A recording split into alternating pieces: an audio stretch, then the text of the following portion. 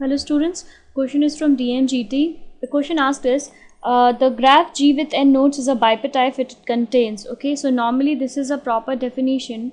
So the graph G is called a bipartite graph if there is no cycle of odd length. Okay, generally whenever we are talking about the bipartite graph, the chromatic number will be 2. So this is the answer, that it should have no cycle of odd length. Okay, so I will like to share this thing. Okay, so if I say this, whether this is a bipartite graph, it is telling no cycle of odd length, but this contain cycle of odd length, and the chromatic number is not 2, because what is the chromatic number?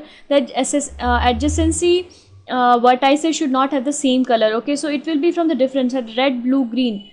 Okay, so this will require 3 colors, so that chromatic number will be 3, it is not 2. And by the bipartite graph, always the chromatic number should be 2, and that proves that it has no cycle of the odd length. But so this is not a bipartite graph. But if you consider the square, it has no cycle of odd length, right? So then it will be a bipartite graph. Okay, and it requires 2 colors, it will be red, red, and green, green. Okay, so but just check it out. If I connect these two things, then it won't be a bipartite graph, because then it contains cycle of odd length like this. Okay, so this is not the thing.